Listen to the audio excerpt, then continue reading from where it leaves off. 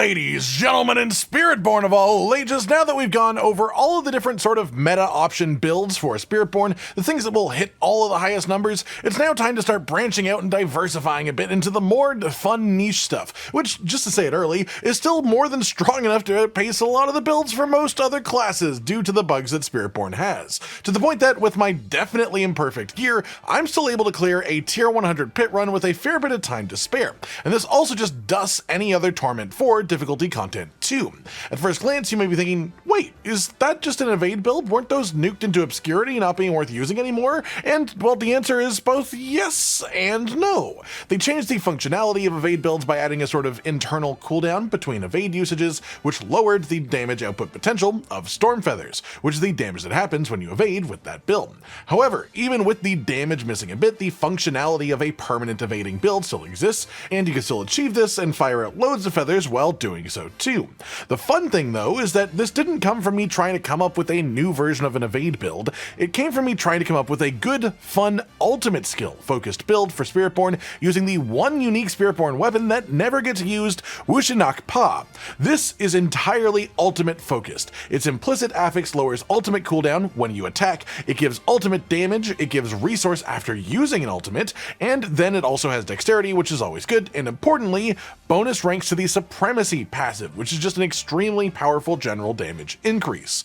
Then we have the unique effect itself, which makes ultimate skills grant their primary Spirit Hall effect or bonus potency with it if you already have it equipped, and adds a skill tag depending on which ultimate it is. The main goal of the build is ultimate spam, and it is achieved through two specific ways. Lots of attacks per second for the cooldown reduction from the glaive itself, but then also the Flicker Step unique boots, which reduce ultimate cooldown when you evade through an enemy. The obvious next step then was, is there a way to work in the fundamentals of an evade build for permanent evades? And then I just kept building and building until I found the highest peak that I could for this concept, thus Eagle Bomb Evade Spiritborn was born. The main interesting points behind this are that we use the Starless Skies mythic unique, even without having a core skill through a fun interaction with an aspect. We keep 100% uptime on Armored Hide for all of its bonuses, and we generate charges of the Seeker ultimate faster than we can physically spend them, as long as there aren't any enemies of consequence on the screen. And if there aren't, just like pure speed farming, the feathers from the evades will do the job instead. That said, there's one more neat thing that I want to touch on before diving into how we put it together, which is that we essentially have two primary Spirit Hall bonuses in this build. I tried going with Double Eagle for even more powerful Storm Feathers, by which I mean going Eagle primary Spirit Hall and getting the bonus from the unique weapon, but that didn't increase our damage anywhere close to as much as going Jaguar Spirit Hall as our primary and then getting the Eagle as a secondary bonus from the weapon effect. So essentially this only gets the feather spamming after you use an ult, but because our ults are pretty much permanently active because of the way that we do this, it is also a permanently active Spirit Hall bonus. The biggest function of this is because Storm Feathers hit so quickly in an evade build, the Jaguar primary Spirit Hall bonus is also activating constantly and popping for a bunch of bonus damage. Because the Seeker ultimate explosions deal large pops of damage when it goes off, these then scale into the Jaguar Spirit Hall bonuses being popped by a barrage of feathers, and thus creates our main damage engine for the build. I've talked a bit too much because I just love how this all sort of functions in the back end, so let's get into the skill tree itself. First up, we take all 5 ranks of Thunderspike, as well as its enhancement and accelerated Thunderspike for guaranteed cast on evade and vulnerable application as well. Thunderspike is not our main damage in itself, it doesn't do a whole lot honestly as far as the damage, but we need to spend skill points in the first couple of clusters here to move on, so we put them into here. Then we take a couple of points in the follow through passive just because we have the spare points by the end of our skill tree, and it's the only real place left to stick in for any extra damage. Then in the focus cluster, we'll be picking up the vortex skill, as well as its enhancement and measured vortex. Altogether, this gives us a skill that groups our enemies up in a little clump, which is fantastic for our ultimate circle of effectiveness. It also boosts the damage of the next skill used after it, and then it knocks down enemies and does bonus damage if you have a barrier, which we always will. We then pick up Ravager as a skill, as well as its enhancement, and then also Replenishing Ravager. Altogether, this gives us a skill that adds a pop of damage to every attack you do, counting as Jaguar skill damage application. Normally, this increases its duration on kill, but this is altered in this build to give us us resource generation. Then the other enhancement just gives us more bonus hits against elite enemies as well.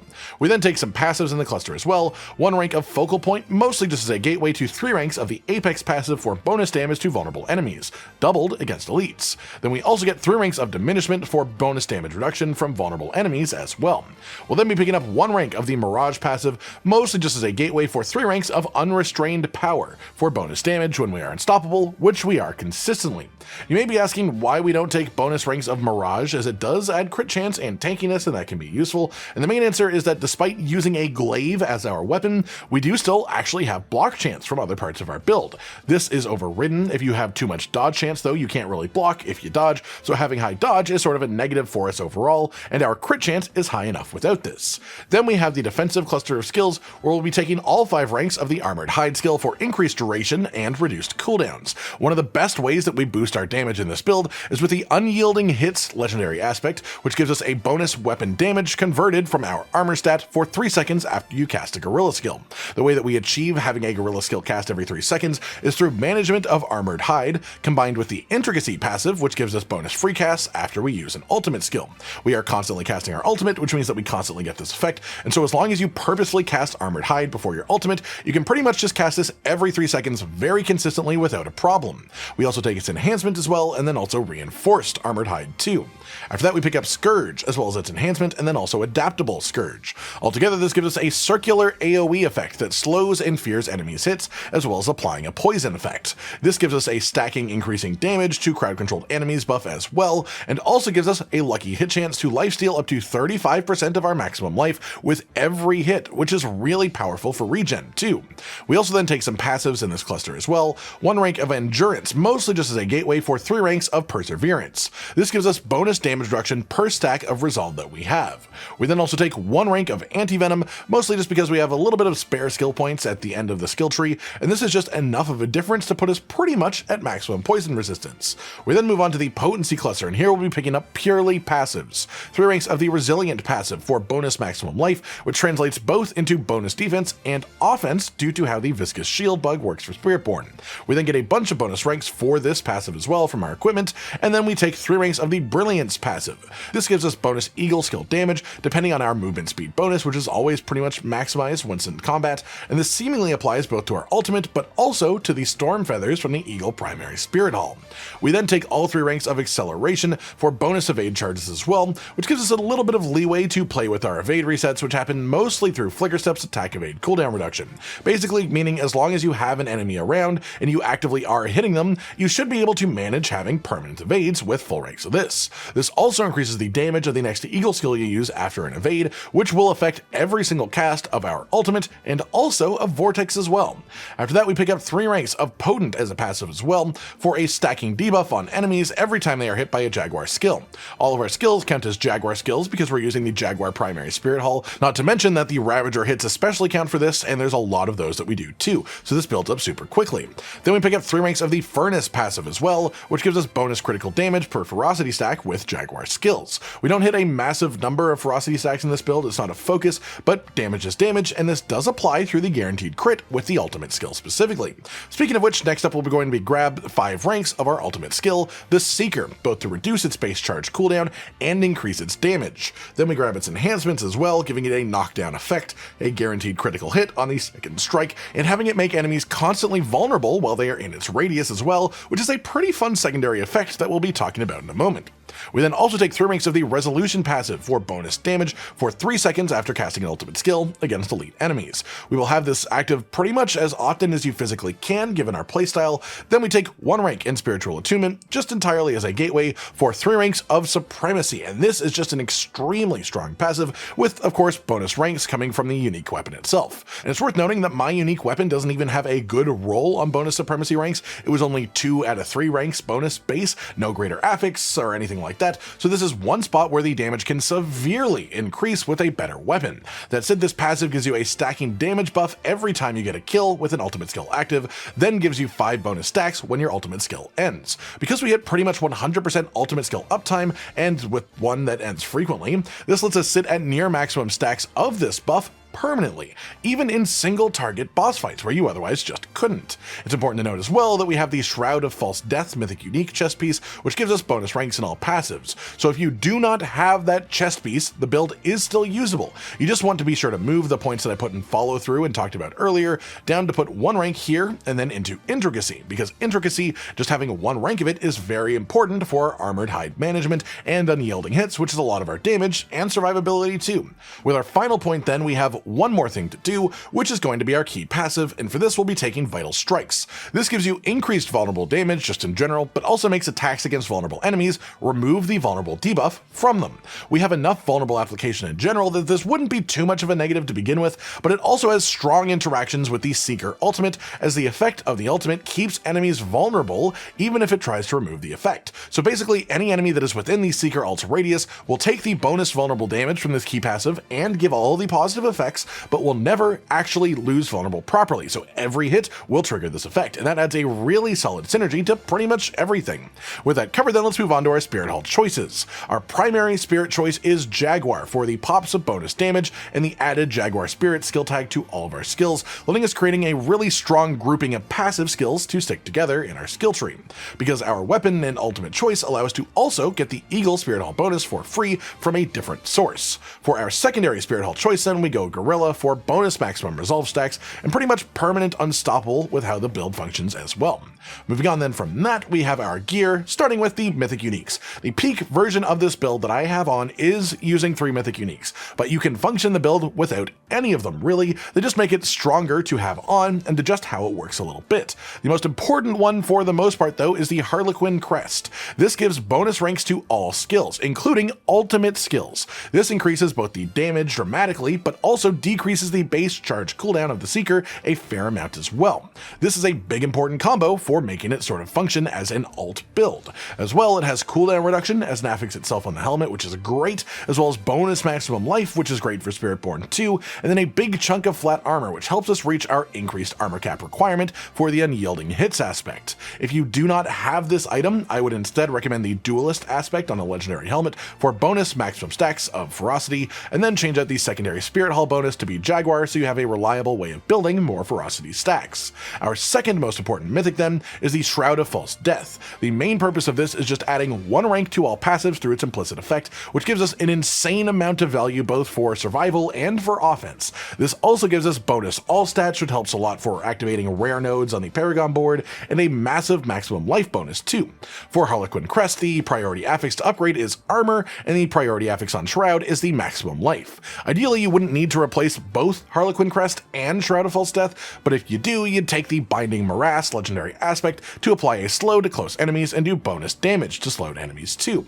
Then our third mythic is the one that sort of pushes the damage up to the heights that I'm reaching, which is the Ring of Starless Skies. This gives you increased damage and decreased resource costs every time that you spend a resource. We don't have a resource spending skill naturally built into the build, so we solve this by taking a legendary aspect slot and instead using the Starving Ravagers aspect. This makes Ravager as an active skill drain resource per second rather than having an actual timed duration effect. With a bit of resource generation, such as the primary resource on ultimate activation from our unique weapon, this creates an infinite duration effect that also triggers Starless Skies once per second and then maintains the maximum bonus from this too, giving us a really big damage multiplier to everything that we do.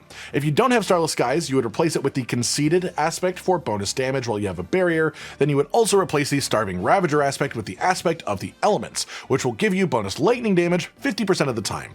The ideal stat to focus on for Starless Skies is crit chance, because while our ultimate is a guaranteed crit, the Storm Feathers do need a bit of crit chance to get to a high damage rate as well. After that, we have our regular uniques in the build, which we'll start with Wushe Nak Pa, the unique glaive, as our weapon. We talked about this weapon a fair amount earlier, and the 2 most important factors for choosing one is a high roll on the unique effect itself, as this decides how strong our Storm Feathers are. Then you want the ranks of the Supremacy passive, very importantly, with that being both the ideal greater affix and where your masterworking procs will go too.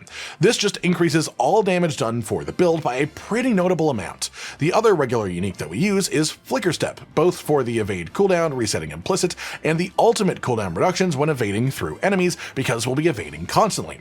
On these, the ultimate damage affix, the movement speed, and the close enemy damage reduction are all very fantastic stats, and while the unique effect is important to have a decent roll on. Anything at 2.8 seconds or above is enough for permanent ultimate uptime, as long as you're attacking enemies. Then we have our regular legendary aspects for the build too. Starting off with our amulet for the 50% bonus potency is redirected force. This increases all critical damage done by a percentage of our block chance. And even though we don't have a quarterstaff, we still get block chance through other means, which makes this effect still work with this build. This is one of the most bugged Spiritborn aspects, and with this build relying on crit damage, it would be very hard to ignore it. On the amulet itself, you want greater affix total armor percent gain as your main highest priority, then maximum life would be ideal instead of my attack speed roll. I'd much rather that was maximum life. Then you want maximum ranks bonus of a strong passive for Spiritborn. I've got Potent, which is the best option in general, but Apex and Unrestrained Power are also very effective passives if you see those pop up when rolling for amulet stats instead. My tempering is totally off on the amulet as well, as it should be Stormfeather Potency and then bonus maximum resolve stacks. If you do get those two tempers though, the masterworking priority is however many into total armor percent that it takes to reach our proper conversion cap. Then if you do that without masterworking, the proc should instead be split between passive ranks and bonus maximum resolve stacks. On our ring, we have the unyielding hits aspect. This increases weapon damage for a percentage of your total armor, lasting for 3 seconds after you use a gorilla skill. This is where the build gets interesting once again. For whatever reason, if you are manually running primary Eagle Spirit Hull, it will snapshot your damage when you enter a zone and put it on, meaning that it simply does not scale Stormfeather damage with unyielding hits weapon damage boost. The way around doing things is the way that we're doing things here, which bypasses that problem entirely. Because you will use Armored Hide to activate unyielding hits before you use your ultimate, which activates the primary Eagle Spirit Hull. This means instead of the snapshotted damage being stuck without unyielding hits, doing it this way we force the opposite, where it will always have unyielding hits bonus damage on the storm feathers from this effect. That said, the placement of this aspect also depends on your amount of armor. If you have 5,000 armor, with incense applied of course, do keep that in mind, this can go on your ring, like I have it here. If you have less than that, then the aspect should probably swap with your amulet to get the full bonus conversion instead. But this placement that I have here is ideal if you can reach these stat breakpoints. Speaking of which, on your ring, you then want bonus maximum life as an affix, you want crit chance, and then dexterity ideally as your third option. Then for tempering, you want Stormfeather Potency and bonus charges for the Seeker. The bonus charges simply make it easier for us to rotate through and get our cooldown reductions without ever running out of charges. For masterworking procs, you want a nice split between maximum life and crit chance. After that, we have our gloves, and we talked about the aspect that's on these earlier, which is quite important for the setup, just enabling Starless Skies to work with the build, and the ideal stats would be maximum life, dexterity, and flat armor bonus. And then the ideal tempers are Stormfeather Potency and Barrier Generation. For upgrade priorities, you want maximum life, above flat armor, above Stormfeather Potency. Then we have our pants as our final item for the build, and these are going to have the interdiction aspect. This gives us bonus block chance per resolve stack that we have, it scales past 100% block chance, and it funnels directly into the redirected force aspect for a bunch of bonus critical damage as well. Then for your affixes on this piece, you want flat armor, maximum life bonus, and ideally dexterity in the third slot, with the tempering bonuses being bonus ranks of the resilient passive for bonus maximum life, and then barrier generation. The masterworking priority is all on the resilient ranks temper, and greater affix priority is armor unless you've reached conversion cap, in which case it becomes maximum life if so. Past that, we have our Runewords and our gems as well. You want skulls in your jewelry at least until you reach the armor conversion cap for unyielding hits. We will be uncapped on various resistances in this build, but you have so much barrier generation and speed that this simply just does not cause survival issues as long as you have an enemy to actually hit, which is pretty much any situation that you're in danger in the first place. So we use skulls for the armor increase in our jewelry. If you reach the cap, you can instead branch out into resistance gems. In your armor then, you want 4 amethysts for bonus barrier generation. This allows us to stay at or as close to 100% maximum life as barrier as consistently as we can. Then for runewords, you want Sem for offering gained when you use evade, tied with Q, which basically gives us massive barrier through Earthen Bulwark on every 4th evade that we do. We then combine that with Zol, making it so every other time that we trigger Earthen Bulwark, we get 20% bonus maximum life for 6 seconds. This happens every 8 evades, which is frequent enough that this bonus will stay permanently active. Then we've also got our Mercenary setup for this, which is pretty standard. You want to use the left side for Rahir if you need to reach the armor conversion cap. Otherwise, you want to use the classic right side here for bonus resistances and a couple of potential damage multipliers. For Variana as our reinforcement, we have the Earthbreaker skill for repeated knockdowns when triggers, and we just have this on basically auto-cast when it is off cooldown. Finally then, for the setup itself, we of course will have our Paragon board layout for this build. If you have less points than I do, just focus on reaching the glyphs and legendary nodes on each board first, then fill out my other points after the fact. If you have more Paragon points than I do, fill in any important magic nodes that I have not grabbed, then add more stats to the radius of the glyphs that gain additive damage from doing so. For my amount of points, however, on the starting board you want to head directly up to the glyph socket and stick in the Colossal glyph. This gives us bonus damage with Gorilla skills, which doesn't help us in itself, but the secondary bonus is multiplicative damage gain per resolve stack. This only gets higher and higher if you get better tempering on your amulet than I do, so this is a very strong secondary bonus. We then activate the glyph and then move on to the exit of the board where we attach on the Viscous Shield board. We head up and over to the legendary node itself, and this one is just sort of bugged to all hell. The intention of this node is to max out at around a 33% damage bonus if you have full maximum life as barrier, but somewhere in the code it replaced the word maximum life with base life, and so increasing your maximum life over the base of like 400 will give you massive damage increases if you also have that barriered, to the point of around 1000% damage increase if you have 12,000 life as barrier, as opposed to the 33% increase that this damage bonus was supposed to cap out at. We then grab relevant rare and magic nodes within the general area, then head to the glyph socket itself to stick in the Fulminate glyph. This increases your lightning damage per intelligence purchased within the radius, and this is super important. Your main goal with this is picking up all intelligence within the radius, as we want to get as close to 150% bonus lightning damage from this glyph as we possibly can. We then want to head out to the right side of the board and attach on the Sapping board, before heading over to the legendary node itself for this area. This increases your damage done and gives you resource after using 3 skills of the same spirit in a row. We do this constantly as Evade casts Thunderspike, so every 3 evades will activate this and keeps the damage bonus active too. We then ran over to the glyph socket itself on the board, and here we put in Jagged Plume. This increases Stormfeather potency, but then also gives us a general damage and movement speed buff for every Stormfeather that we interact with. After that, we want to head over to the Viscous Shield board again, and this time we'll be exiting out of the top side of the board for the Revealing board. You want to head directly over to the legendary node itself here, which gives you bonus damage to crowd-controlled enemies, which is pretty nice, and then also a lucky hit chance to knock down vulnerable enemies just in general. After that, we go back over to the Sapping board and then out of the top side to stick on the Convergence Paragon board. Here we go up and right to the glyph socket itself, and here we'll be putting in the Spirit glyph. This gives us bonus critical damage as its additive, which is incredible for us, and the rate that it gives it to us is very favorable.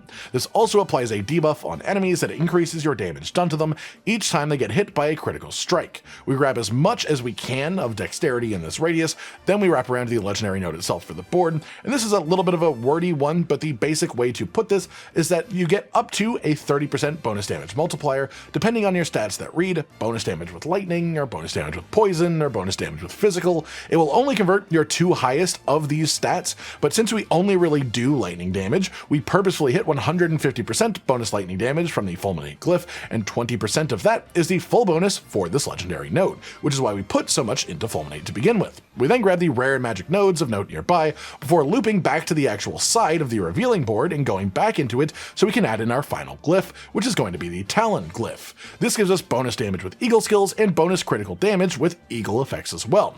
That does it for everything that you need to know to actually set up the build itself, so how about actually playing it then? Well, this one is relatively simple, but a bit more complex than the old Evade builds were, because while it functions similarly to an Evade build, it is actually an ultimate build at its core that uses evades. Essentially, you want to use Scourge to start stacking bonus crowd control damage, then use Vortex to group everything up in a nice little pile, use Ravager, though it should stay active as long as you have resource, and then use Armored Hide into the Seeker, which is targeted on your big clump of enemies. This will allow you 1 free cast of Armored Hide that you want to press just under 3 seconds later, and at this point you will be able to use the Seeker again, and you want to just continue doing so as long as you make sure that the last skill before you use the Seeker is always Armored Hide. You can evade, but always You can evade, but don't press any of your other active bar abilities. Aside from this, just spam evade, maybe use Thunder Spike if you feel like it. The easiest way to do this on mouse and keyboard is to rebind evade to be scroll up and scroll down, so you can just scroll up and down endlessly to spam evade at its maximum speed.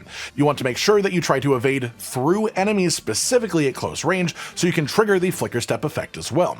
This will give you infinite ultimate charges essentially, while also keeping the Eagle Spirit Hall active in combination with the Jaguar Spirit Hall, creating big pops of damage extremely frequently, and in a pretty fun way too. That pretty much does it for today then, everyone. A full detailed guide on the Eagle Bomb Evade Spiritborn build. I hope you've all enjoyed this, and I hope you enjoy using this build for yourself too if you try it out. Like if you liked the video, subscribe to the notification bell for more, and most importantly, ladies and gentlemen, until next time, stay sweet.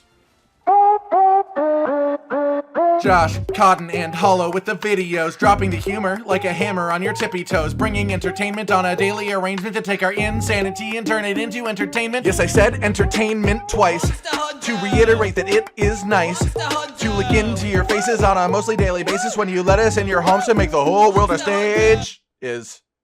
Goodbye.